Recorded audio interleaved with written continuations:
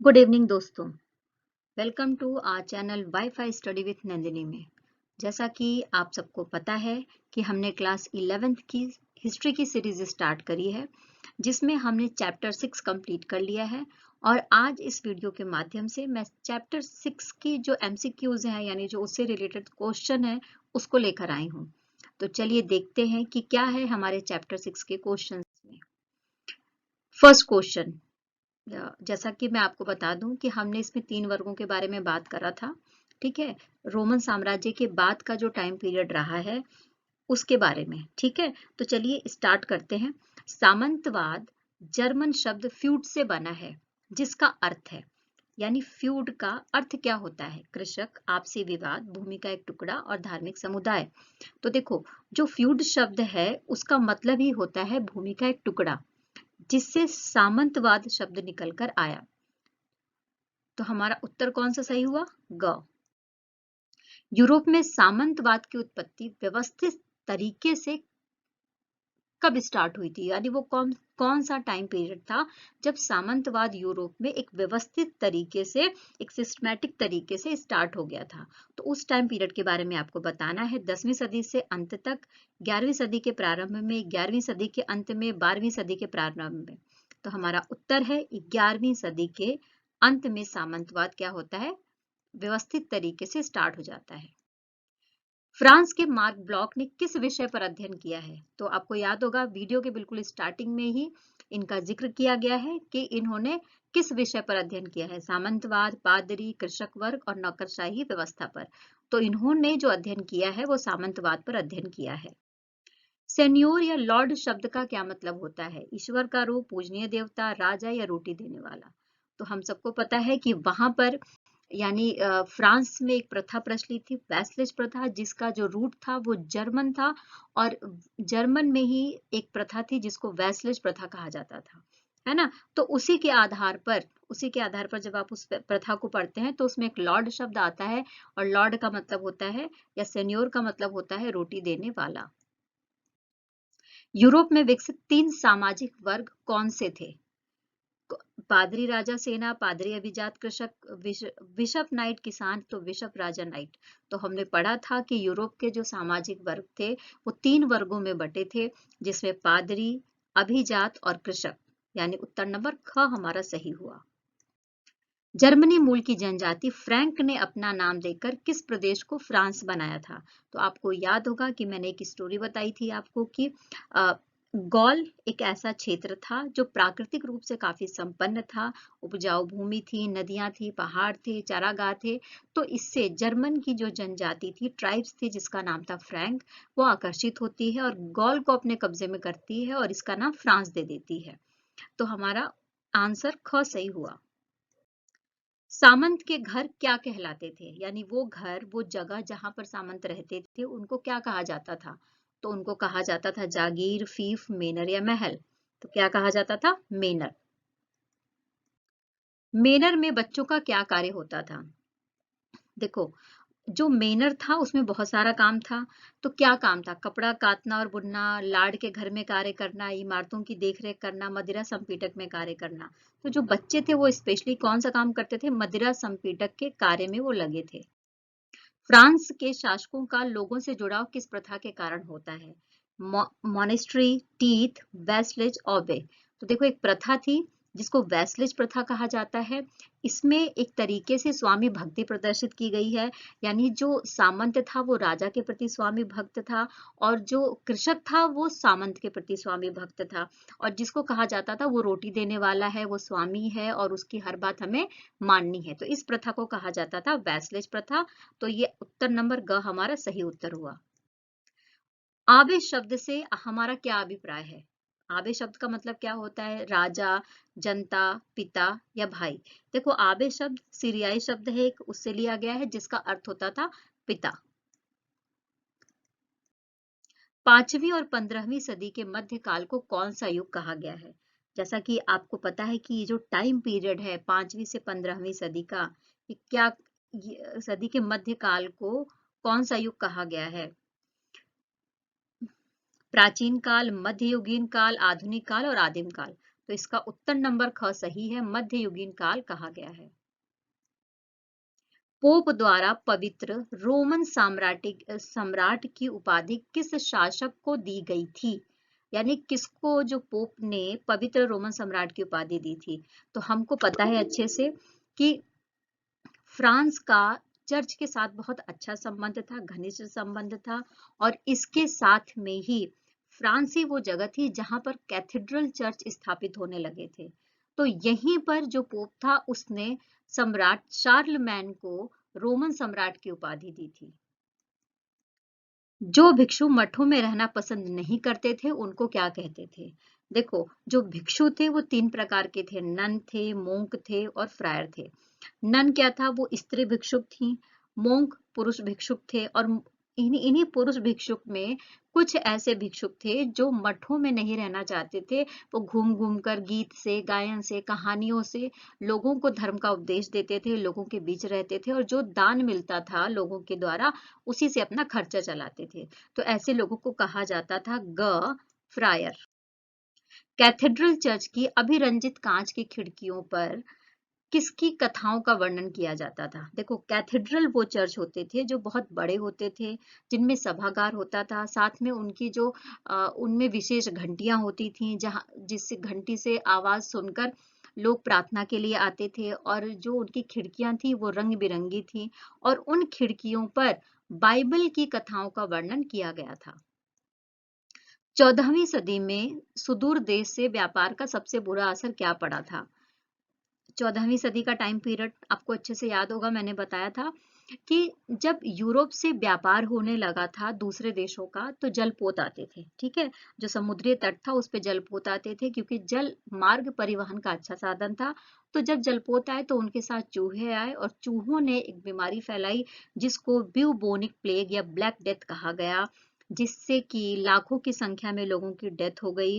किसी किसी क्षेत्र में 20% और किसी किसी क्षेत्र में लगभग 40% जो पॉपुलेशन थी वो समाप्त हो गई। पश्चिमी Europe bubonic plague black death महामारी से किस अवधि के दौरान ग्रसित हुआ? यानी पश्चिमी यूरोप में ये जो ब्लैक डेथ वाली महामारी आई वो किस टाइम पीरियड में आई है? तो वो जो टाइम पीरियड था वो था 1347 से 1350 वाला टाइम। यूरोप में भयंकर अकाल पड़े थे। भयंकर अकाल पड़े थे, उसके पीछे का कारण भी था कि जो बाढ़ आई, तूफान आए, साथ में जो है महंगाई की दर बढ़ गई, तो पैदावार में कमी आई, मजदूरी बढ़ गई। तो ये सारे रीजन थे अकाल के आने के। ठीक है, मौसम में परिवर्तन हुआ। तो वो टाइम पीरियड कब है? तो वो टाइम पीरियड था 1315 से 1317 के बीच। राजा द्वारा कृषकों के लिए जाने वाला प्रत्यक्ष कर का क्या नाम था? ठीक है, यानी राजा कृषकों से कौन सा प्रत्यक्ष कर लेते थे, और ऐसा कर था जिससे पादरी वर्ग और सामंत वर्ग मुक्त थे। तो उस कर का नाम था टैली।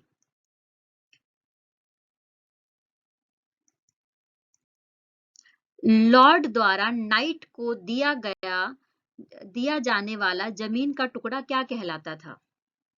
यानी लॉर्ड नाइट को जो जमीन का टुकड़ा देता था उसको क्या कहते थे? तो उसको कहा जाता था फीफ। श्रेणी शब्द का क्या अभिप्राय है?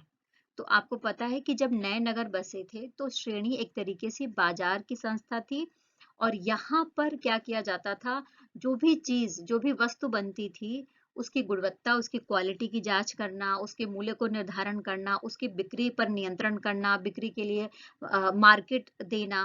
ठीक है, ये सारा काम वो करते थे। तो हमारा उत्तर नंबर ख क्या हुआ? सही हुआ। नगरवासी वर्ग के उदय के क्या कारण थे? ये जो नगरवासी वर्ग है इसका किस वजह से इसका उदय हुआ था? उसके पीछे का क्या कारण था? चर्च और पादरी की शक्तियों में वृद्धि था, 14वीं शताब्दी का संकट था, कृषि विस्तार के कारण जनसंख्या, व्यापार और नगरों का विस्तार था, या नए शक्तिशाली राज्यों का उदय था? तो हमने पढ़ा था कि जब कृषि का विस्तार होता है तो जनसंख्या बढ़ती है, जनसंख्या बढ़ती है तो लोगों की जरूरतें बढ़ती हैं, तो इससे क्या होता है, व्यापार की प्रक्रिया स्टार्ट होती है, और जनसंख्या बढ़ती है और नगरों का विस्तार स्टार्ट हो जाता है। चर्च द्वारा कृषक से 1 वर्ष के अंतराल में लिए जाने वाला कर उपज का 10वां भाग क्या कहलाता था? यानी जो कृषक वर्ष के अंतराल में जो उपज का 10वां भाग देता था चर्च को, उसको क्या कहते थे? टीथ, ऑबे, टैली या पैरिश? तो इसको कहते थे टीथ। फ्रायर किन्हें कहा जाता था? चर्च में गायन करने वाला समूह, मठों में रहने वाला भिक्षुओं का समूह, मठों में न रहने वाले भिक्षुओं का समूह, या उपरोक्त में से कोई नहीं? तो इसका उत्तर होगा ग, मठों में न रहने वाले भिक्षुओं का समूह। कैथेड्रल नगर से क्या अभिप्राय है? बड़े चर्च, बड़ी जागीर, लॉर्ड का व्यक्तिगत क्षेत्र, राजा द्वारा बसाया गया नगर? तो बड़े चर्च थे कैथेड्रल नगर। दो प्रसिद्ध मठ कहाँ बनाए गए? इटली और बरगंडी, इंग्लैंड और मोनोस, फ्रांस और इटली? उपरोक्त में से कोई नहीं। तो आपको पता है कि दो प्रसिद्ध मठ थे उस टाइम पीरियड के, जो इटली और बरगंडी में बनाए गए थे। 11वीं शताब्दी में यूरोप के तापमान में क्या परिवर्तन आया और इसका कृषि पर कैसा प्रभाव पड़ा? तापमान घटने से कृषि पर बुरा प्रभाव पड़ा, तापमान घटने से कृषि पर अच्छा प्रभाव पड़ा, तापमान बढ़ने से कृषि पर अच्छा प्रभाव पड़ा, या तापमान बढ़ने से कृषि पर बुरा प्रभाव पड़ा? तो देखो, प्रभाव के बारे में बात किया जा रहा है, तो तापमान बढ़ने से 11वीं शताब्दी वाला टाइम पीरियड है, इस समय तापमान बढ़ने लगा था, इसीलिए जो कृषि की स्थितियां थी वो अच्छी हो गई थी, है ना? खेती अच्छी हो गई थी, उपज अच्छी हुई, तो लोगों को पौष्टिकता अच्छी मिलने लगी, तो इस वजह से पॉपुलेशन में ग्रोथ आई, तो व्यापार बढ़ने लगा, लोगों की जरूरतें बढ़ने लगी, तो इस तरीके से श्रम विभाजन हुआ। ठीक है। श्रम अधिशेष किसे कहा जाता था? कृषकों द्वारा ज्यादा घंटे का काम, कृषकों के श्रम से होने वाला उत्पादन, श्रमिकों द्वारा अतिरिक्त कार्य, या उक्त में से कोई नहीं? तो कृषकों के श्रम से होने वाला उत्पादन था श्रम अधिशेष। ये वो काम था जो कृषक सामंत की जमीन पर जाकर करते थे, जो सप्ताह के 3 से अधिक दिन जाकर काम करना होता था, और उस उपज को कहा जाता था श्रम अधिशेष, जो सामंत के पास जाती थी। कृषि दास या बंधक कौन थे? सर्फ, फायर, टैली, मेनर? तो ये थे सर्फ। अपने लॉर्ड की नजरों में कितने दिन तक छिपे रहने के बाद कृषिदास एक स्वतंत्र नागरिक बन जाता था? तो देखो, जब नगर बसने स्टार्ट हो गए थे, तो जो कृषिदास था, गांव में रहता था, तो वो नगरों की तरफ भाग आया, तो उससे क्या हुआ? वो लॉर्ड की नजरों से बच गया, है ना? तो नगरों में आकर वो अपने आप को स्वतंत्र फील करता था, महसूस करता था। तो कितने दिनों तक वो छिपे छिपे रहता था? तो वो 1 वर्ष 1 दिन, अगर इतने दिन तक वो छिपा रह जाता था, तो वो एक स्वतंत्र नागरिक बन जाता था। पादरी की देखरेख में आने वाला क्षेत्र क्या कहा जाता था? Parish, fief, tithe, manor?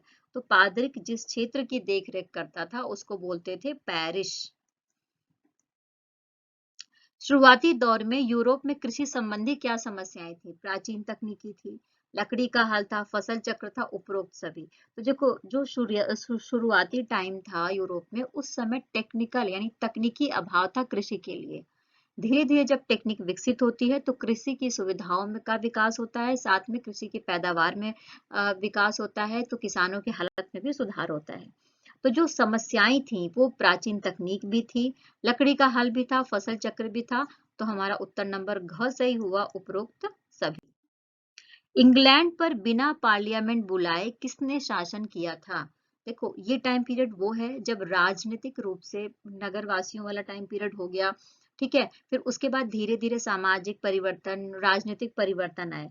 तो जो राजनीतिक परिवर्तन आए, तो उसमें जो राजा की स्थिति थी वो पिरामिड में बिल्कुल ऊपर न रहकर सेंटर में हो गई। ठीक है, और इसी सेंटर से चारों तरफ राजा के लोग थे। तो उस टाइम पीरियड में क्या हुआ ऐसा, है ना? कौन था वो? तो वो था चार्ल्स प्रथम। एस्टेट्स जनरल किस देश की परामर्शदात्री सभा थी? तो हमने पढ़ा था कि ये परामर्शदात्री सभा थी फ्रांस की। 16वीं सदी में किस देश में धर्म युद्ध हुए थे? जो 16वीं सदी में धर्म युद्ध हुए थे, और वो किस देश में हुए थे? वो हुए थे फ्रांस में। पादरी कौन नहीं बन सकता था? यानी वो कौन थे जो पादरी नहीं बन सकते थे? तो देखो, जो कृषि दास था, जिसको सर्फ कहा जाता था, वो नहीं बन सकते थे। स्त्रियां पादरी नहीं हो सकती थी, और शारीरिक रूप से जो विकलांग लोग थे वो पादरी नहीं बन सकते थे। तो हमारा उत्तर नंबर घ क्या हुआ, सही हुआ।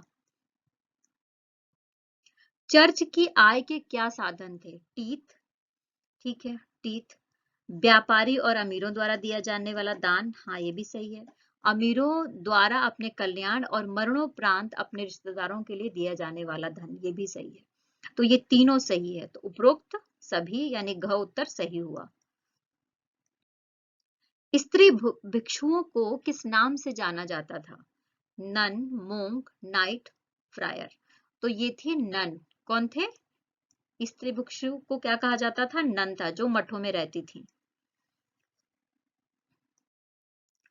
चर्च की प्रार्थनाओं में सामुदायिक गायन की प्रथा का विकास करने वाला संगीतज्ञ कौन था? देखो, सबसे पहले जो चर्च में प्रार्थनाएं होती थी तो उसको लोगों तक एक नॉर्मल सहज भाषा में पहुंचाने का काम या संगीत के रूप में पहुंचाने का काम किसने किया?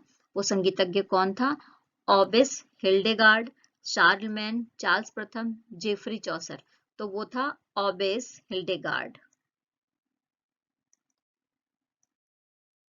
ईसा मसीह के शूलारोपण एवं उनके पुनर्जीवित होने का प्रतीक था, क्या था? पवित्र दिन, क्रिसमस, ईस्टर, गुड फ्राइडे। तो क्या था? पवित्र दिन, क्रिसमस, ईस्टर, तो वो था ईस्टर। इस दिन माना जाता है कि जब ईसा मसीह को सूली पर लटका दिया गया तो उसके बाद वो पुनर्जीवित हो गए थे, तो उसके प्रतीक के रूप में मनाया जाता है ईस्टर, जो एक पवित्र दिन है ईसाई धर्म में। बस इस वीडियो में इतना ही। इस वीडियो के साथ ही हमारा चैप्टर नंबर 3 कंप्लीट होता है, 3 वर्ग और 3 ऑर्डर्स। जैसा कि आप स्क्रीन पर देख रहे हैं, ये सोशल मीडिया के वो लिंक है जिनके माध्यम से आप मेरे चैनल को विजिट कर सकते हैं। साथ में ही टेलीग्राम का जो लिंक दिया गया है उसमें मेरे द्वारा जो भी कंटेंट या जो भी मटेरियल प्रोवाइड किया गया है, पढ़ाया गया है, वो सारा वहां पर उपलब्ध है। तो आप विजिट कर सकते हैं और डाउनलोड भी कर सकते हैं। ज्यादा से ज्यादा लोगों तक सब्सक्राइब करिए इस चैनल को, लाइक करिए। लाइक करने में प्लीज कंजूसी मत करिए। आपका बहुत बहुत धन्यवाद, आपने बहुत सारा साथ दिया है। इसी तरीके से मेरे चैनल के साथ और मेरे साथ बने रहिए। फिर मिलूंगी मैं, नंदिनी सिंह, इसी चैनल पर। Thank you.